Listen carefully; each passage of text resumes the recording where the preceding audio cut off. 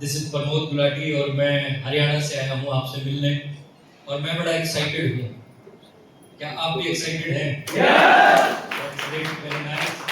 तो फिर अपनी बात सही बनेगी, है ना?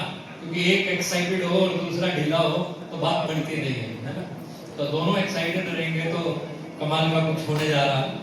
आज संडे 26 अप्रैल 2026 हो सकता है कि आपके जिंदगी में एक बहुत बड़ा परिवर्तन लाने वाली तारीख बने। हो सकता है कि आज की कुछ बातचीत से आपके जिंदगी के अंदर कुछ परिवर्तन आए।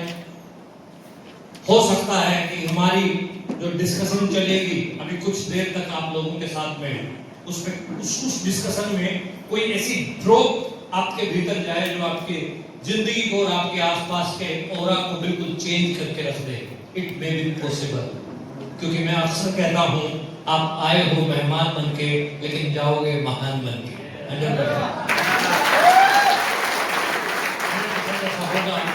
और मैं थोड़ा सा अपने बारे में बता दूं। मैं आज से लगभग 20 बरस हो चुके हैं। 20 बरस पहले की ये बात है। मैं नौकरी करता था एक जगह पे, बच्चों को मैं कंप्यूटर सिखाता था। उसके साथ साथ मेरे पास जो टाइम बचता था उस टाइम में मैं कंप्यूटर सेल परचेज करता था और उसी सेल परचेज के दौरान ही मैं कंप्यूटर डीटीपी भी करता था, डेस्कटॉप पब्लिशिंग।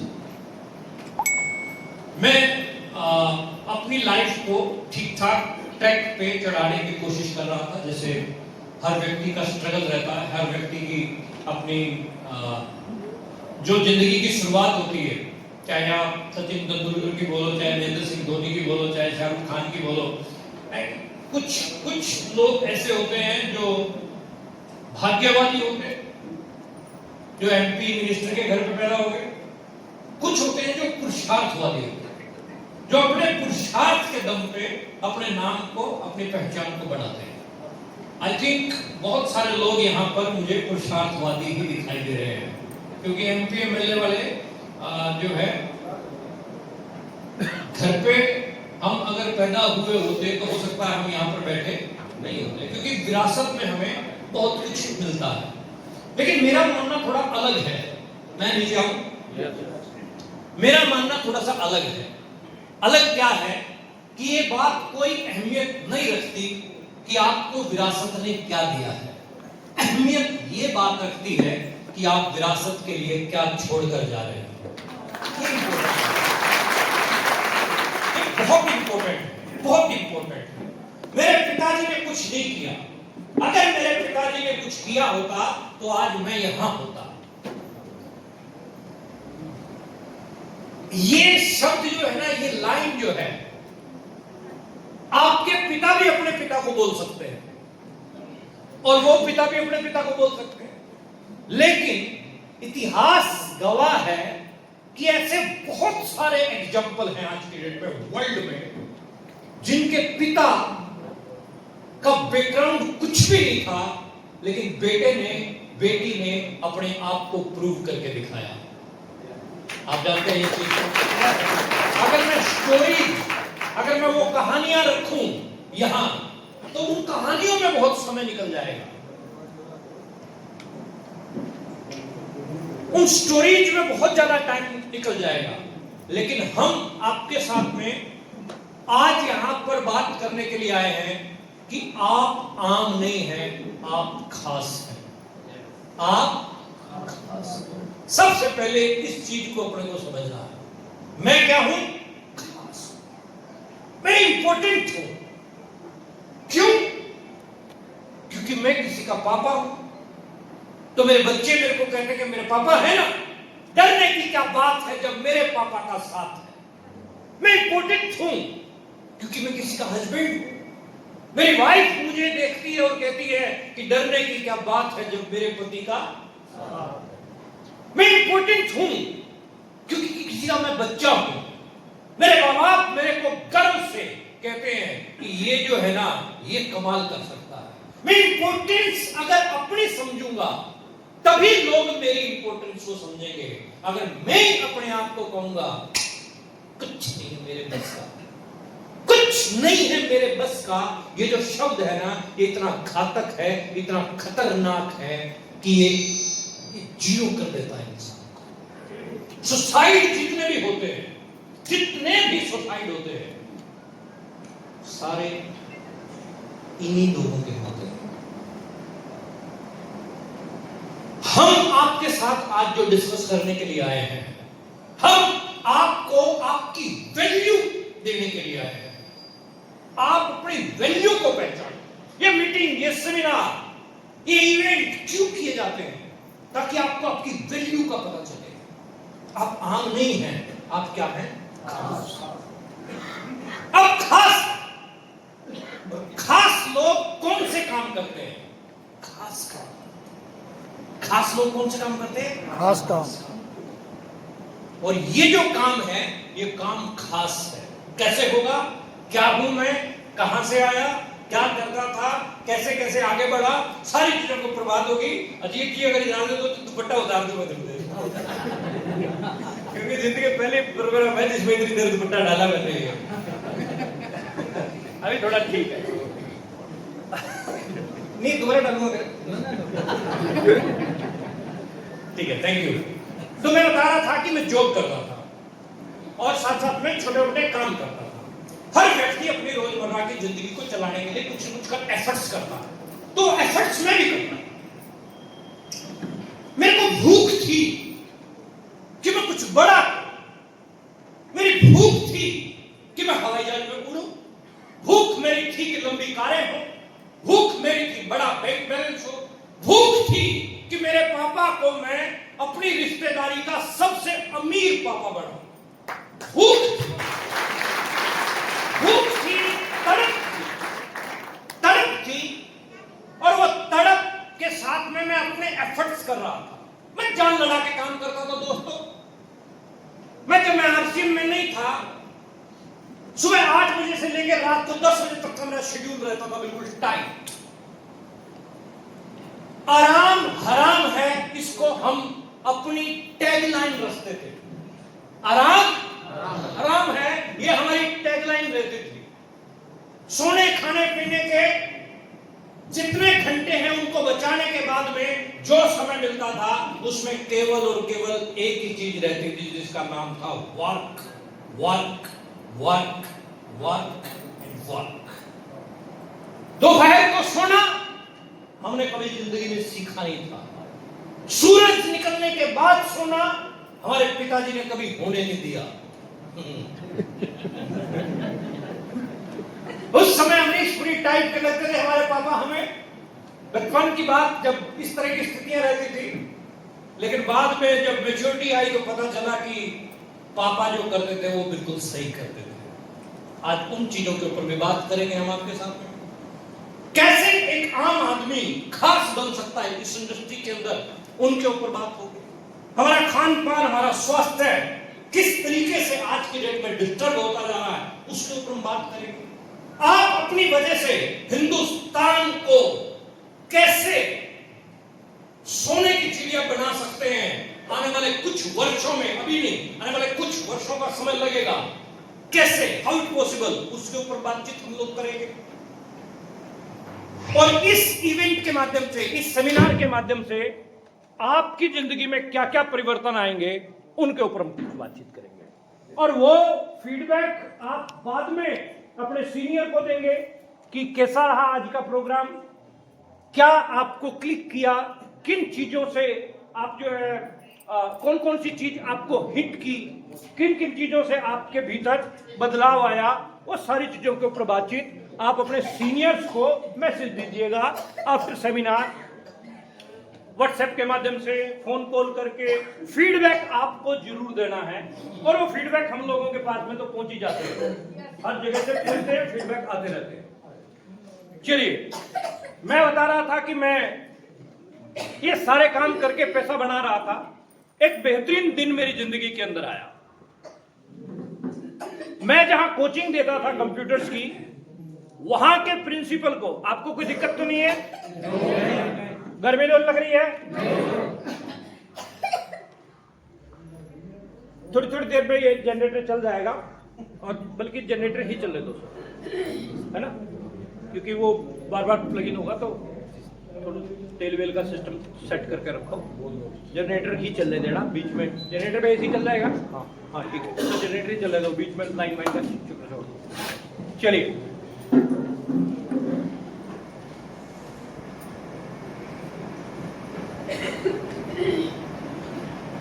एक जगह जहां मैंने बताया मैं कोचिंग देता था कंप्यूटर्स की, वहां के प्रिंसिपल को कोई व्यक्ति आरसीएम बताने के लिए आए, और वो व्यक्ति आज हिंदुस्तान में बहुत बड़े लेवल पे है, star sapphire of RCM business, none other than one and only mister Rakesh Sharma बोल।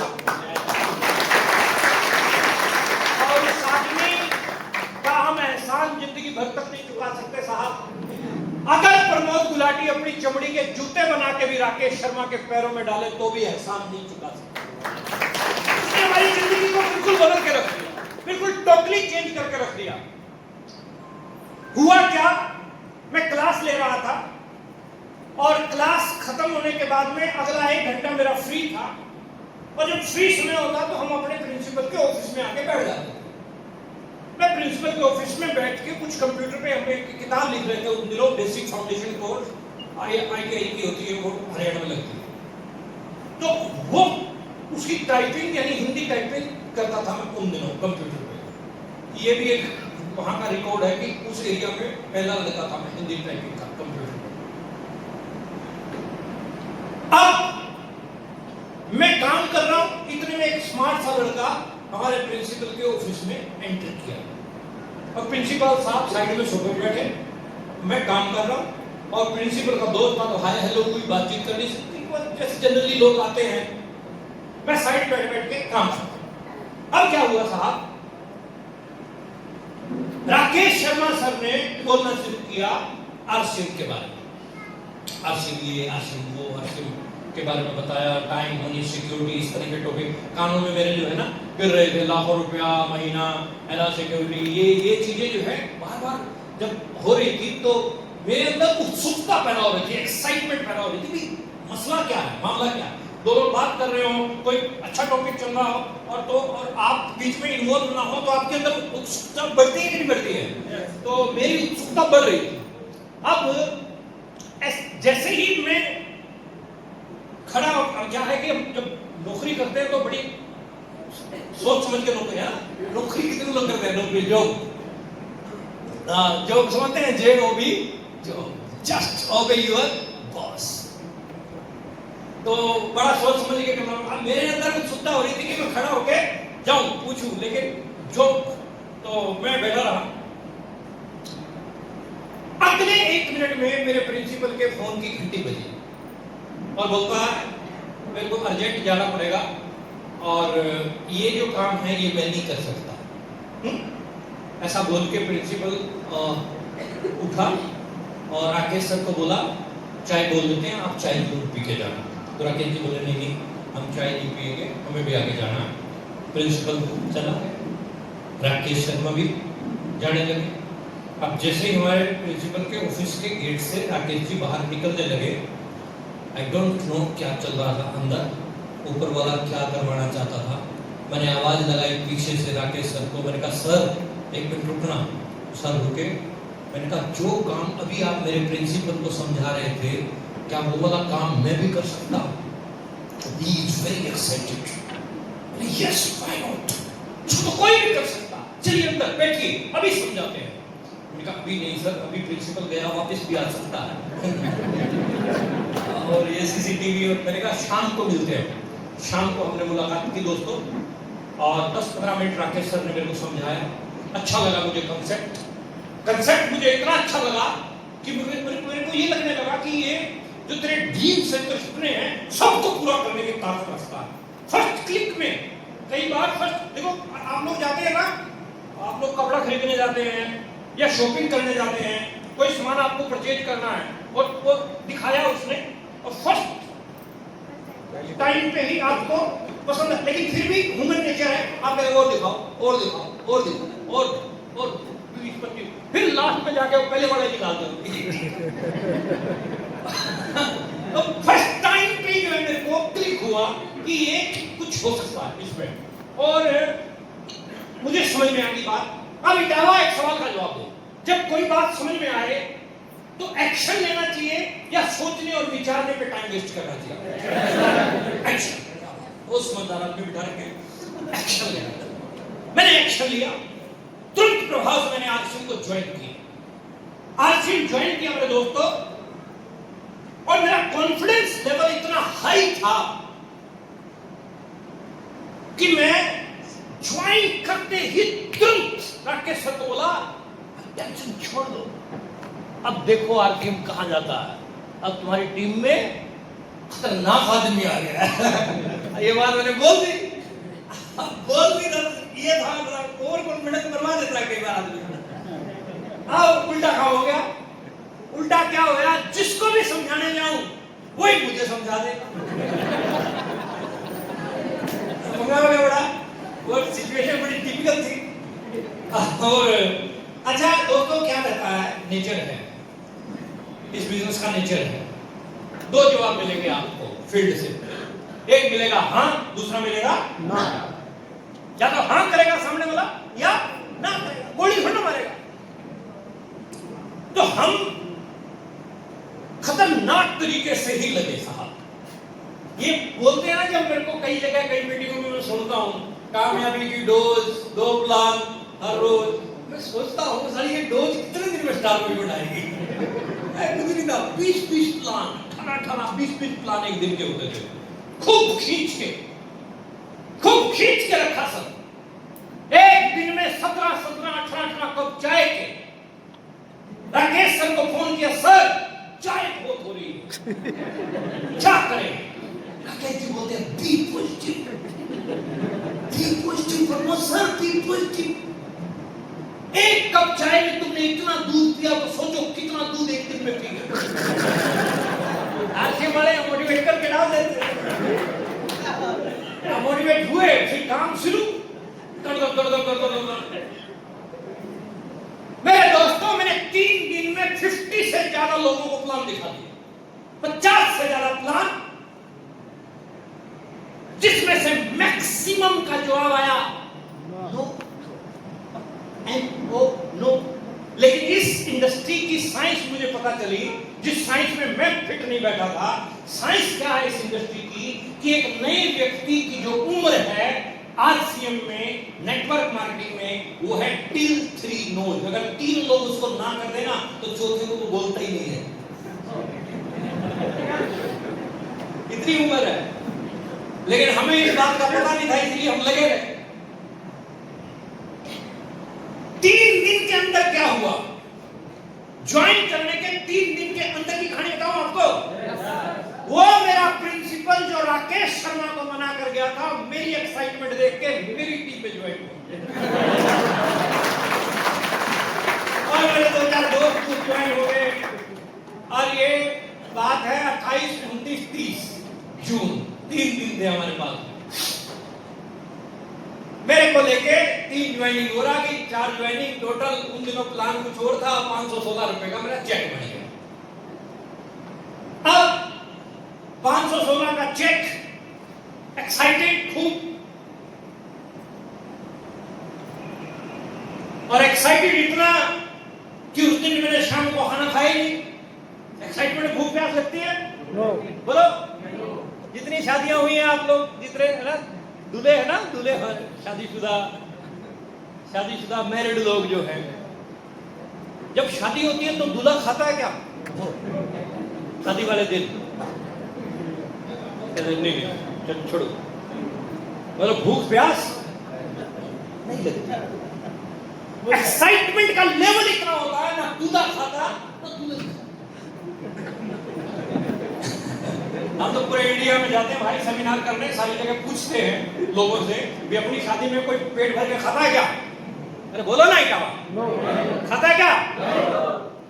शायद ही कोई व्यक्ति ऐसा होगा जिस दिन उसकी शादी है उस दिन भी उसका फोकस पत्नी की बजाय गुलाब जामुन पे। हम दोनों ने देखा, आज तक नहीं मिला मेरे को, सिंगल आदमी नहीं मिला आज तक। लेकिन एक्साइटमेंट में भूख प्यास नहीं लगती।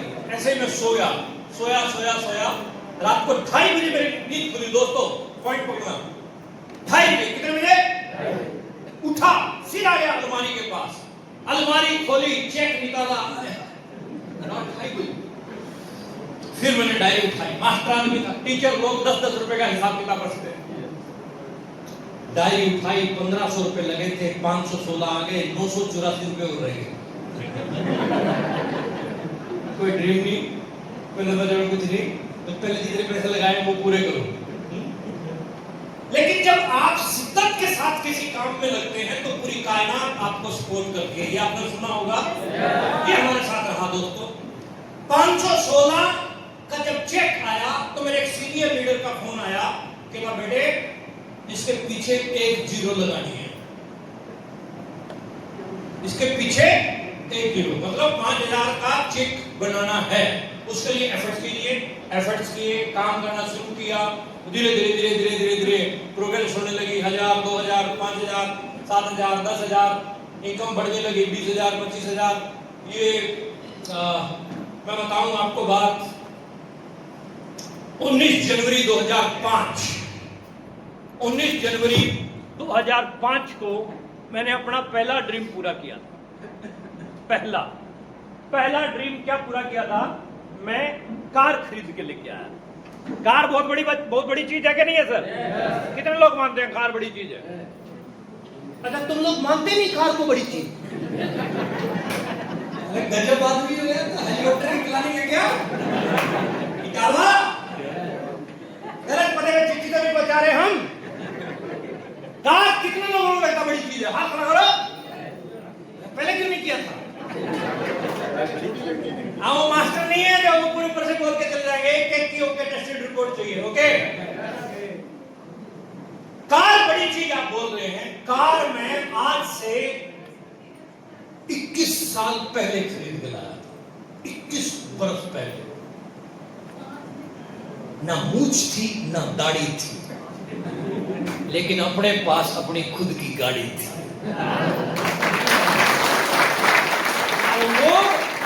वो जो चीज मिली ना, उससे इतनी एक्साइटमेंट आई मेरे अंदर। मतलब जब हम फील्ड में काम करते थे, आप लोग भी काम करते हैं जो बाइक पे काम करते होंगे, तो हम जब बाइक पे करते थे काम तो बड़ी गर्मी लगती थी, गर्मियों में, सर्दियों में ठंड लगती थी। और उस समय विजुलाइज करते थे कि एक कार होगी तो मजा आएगा, एसी चल रहा होगा, है ना, काले अंगूर टंगे होंगे आगे। अभी तो नहीं टांगते लोग कार में काले अंगूर, में वाली भी देख रहा था, थे नहीं, लेकिन उस टाइम पे बड़ा क्रेज था।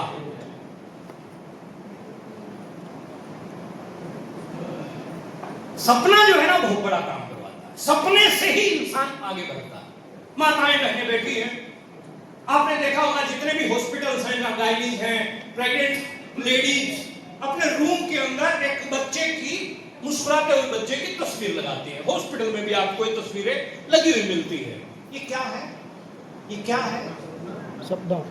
ये सपना है साहब। और वो मां उस पीड़ा को सहन कर जाती है, इतनी पीड़ा जिसमें एक आम व्यक्ति की मौत हो सकती है, पीड़ा को सहन कर जाती है ना। तो आप और मैं ड्रीम के ऊपर बात कर रहे हैं। अभी थोड़ा देखिएगा आप, अभी सिस्टम को सेट करो, ऐसे तो सेट हो जाएगा मामला। हम खाली क्यों रहे हैं ना, तो हम अपनी बात करते रहेंगे, ये चलता रहेगा। तो ड्रीम्स में बहुत पावर होती है। तो ड्रीम था मेरा कि कार आएगी, कार आएगी, कार आएगी, कार आएगी। 19 जनवरी 2000। तो जब मैं बाइक पे चलता था तो बड़ी दिक्कतें होती थी, बारिश लगती थी और धूल मिट्टी लगती थी, कलर भी मेरा डार्क होने लग गया था, और जो है सर्दियों में काफी ठंड लगती थी।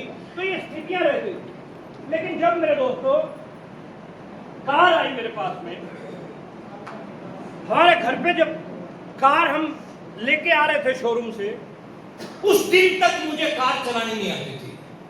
पॉइंट को पकड़ना। 19 जनवरी कार आई मेरे घर पे, मुझे कार चलानी नहीं आती है। कसम से उस समय से पहले मैं कभी भी किसी की कार की ड्राइवर सीट पे बैठा ही नहीं था। 19 जनवरी दोपहर तक मैं किसी की ड्राइवर सीट पे